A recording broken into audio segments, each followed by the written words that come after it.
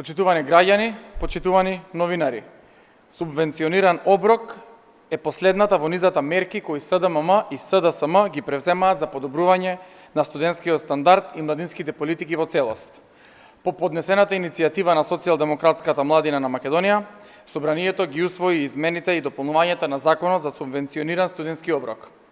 Со ова, 40.000 активни студенти на почетокот на секој месец на својата сметка ќе добиваат по 2400 денари за субвенционирани оброци. Министерството за образование и наука ќе изврши исплата од околу 15 милиони евра директно на трансакцијските сметки на корисниците. Измените овозможуваат корисникот на субвенциониран студентски оброк да може да го оствари своето право кај секој еден трговец. Покрај ова, постојано инвестираме во унапредување на условите за живот во студентските домови.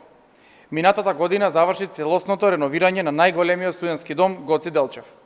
Инвестициите за подобри услови за студентите ги сметаме за капитално вложување во иднината на државата. Токму затоа, годинава започна и проектот енергетско ефикасна рехабилитација на студентските домови, започнувајќи од домот Стив Наумов, а ќе продолжи во студентските домови во Прилеп, Битола, Охрид и Штип. Сето ова се мерки и политики кои се во насока на унапредување на студентскиот стандард, за да имаме задоволни и мотивирани студенти. Како социјалдемократска младина и одговорна партија, продолжуваме со реализација на капитални и остварливи младински политики, што се во интерес на секој млад човек.